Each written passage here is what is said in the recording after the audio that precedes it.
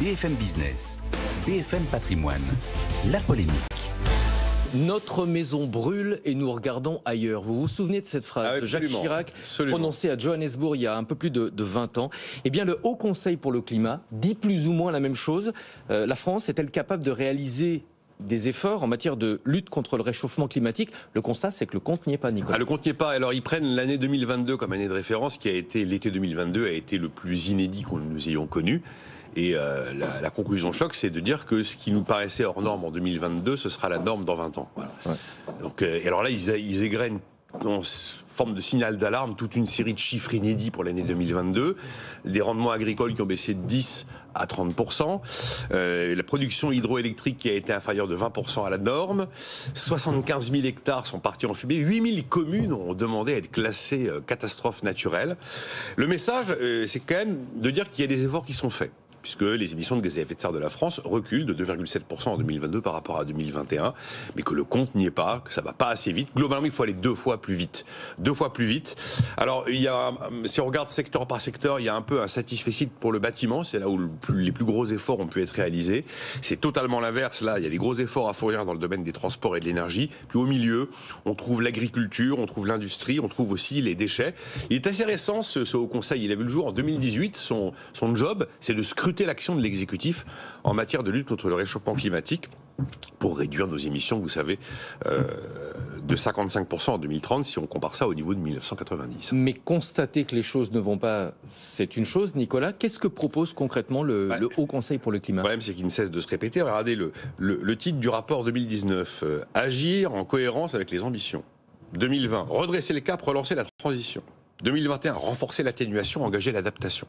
2022, dépasser les constats, mettre en œuvre les solutions. En fait, à chaque fois, le titre est un peu plus anxiogène, puisque cette année, c'est acter l'urgence, engager les moyens. Donc en fait, il dit toujours la même chose. On voit d'ailleurs à quel point c'est suivi des faits, comme la plupart de ces rapports et de tous ces conseils qui sont tous hauts. Tout est haut, mais le problème, c'est que les résultats ne sont pas forcément suivis des faits. Il n'y a pas de recette miracle, il faut des investissements, des montagnes d'investissements. D'ailleurs, le Haut Conseil pour le climat rappelle qu'il existe en France des stratégies de réduction des gaz à effet de serre parfaitement pertinentes, mais que personne ne connaît, y compris les ministères, souvent ignorent leur existence, y compris les ministères de la transition écologique. Ils insistent sur le fait qu'on ne peut pas avoir systématiquement des objectifs qui ne sont pas tenus, donc il faut une stratégie pluriannuelle. C'est ça l'état d'esprit globalement de ce qu'il faut faire. Après, il faut s'attaquer au sujet secteur par secteur. Mais est-ce que le nerf de la guerre, c'est l'argent, comme on dit souvent, l'investissement? Bien sûr, d'ailleurs il s'appuie sur le rapport Pisani-Ferry-Afouze qui a chiffré les montants annuels pour la transition verte à 60-65 milliards d'euros par an, dont 34 milliards d'euros d'argent public. Alors comment on fait? On peut baisser d'autres dépenses publiques. On voit à quel point on y parvient et à quel point c'est simple. Ils disent qu'il faut arrêter de subventionner aussi le CO2. Parce que globalement, si vous prenez 2021-2023, c'est exactement ce qu'on a fait. Et ils ont quand même chiffré qu'il y a eu 80 milliards d'euros de dépenses publiques défavorables au climat entre 2021 et 2023 avec tous les boucliers tarifaires qu'on a pu faire. Quand même, voilà, il y a une forme d'incohérence. Quand vous voulez supprimer quelque chose, vous ne le subventionnez pas. Quand vous subventionnez quelque chose, vous avez de grandes chances de le multiplier. Après, il faut drainer un maximum d'épargne privée. C'est pas vraiment un sujet sur lequel il s'arrête, mais ça nous ramène au rapport de Rexecode tout récemment, qui a dit qu'il fallait absolument que l'épargne privée aille dans le financement de la transition verte, si on veut pas avoir systématiquement recours à la dette ou recours à la fiscalité, avec cette idée qui peut encore sembler un peu folle de dire que l'État doit être garant du capital investi. Voilà, garant du capital investi, de manière à ce que enfin les réflexes des épargnants ne soient pas systématiquement les fonds en euros ou l'épargne réglementée avec le livret A et le LDDS.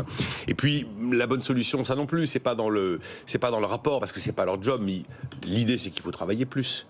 Donc il faut faire travailler plus de monde, il faut augmenter le taux d'emploi. Il ne s'agit pas de faire travailler plus les gens sur une semaine, mais faire travailler plus de monde tout au long de la vie. C'est consommer moins, produire plus. C'est une espèce de vision qui est une anti-décroissance, parce qu'on voit de toute façon que tout ce qui est écologie punitive, généralement, n'est socialement pas accepté. Parce que sinon, vous avez une dernière solution, c'est la fiscalité. Mais enfin, chaque fois qu'on a essayé de taxer ce que l'on veut supprimer, comme par exemple les carburants fossiles, on a vu le résultat à l'arrivée. Généralement, ça se passe pas très bien, souvenez-vous de 2018. Voilà. Donc, alors le problème de ce genre d'expertise, c'est quand on en parle ici, on regarde ça et on a l'impression finalement que l'ensemble des solutions de lutte contre le réchauffement climatique sont dans nos mains. Le problème, c'est que c'est un sujet totalement mondial et que le CO2 n'a pas de frontières. Donc d'une manière un peu brutale, on peut dire que au-delà de regarder uniquement ce qui se passe chez nous et ce que l'on peut faire chez nous, plutôt que d'imaginer qu'on va détruire l'aéroport Charles de Gaulle, il vaut mieux peut-être aller investir dans le nucléaire en Inde ou aller investir dans le ferroviaire en Afrique, par exemple. Merci beaucoup Nicolas Dose. La polémique tous les matins, 10h40 sur BFM Business.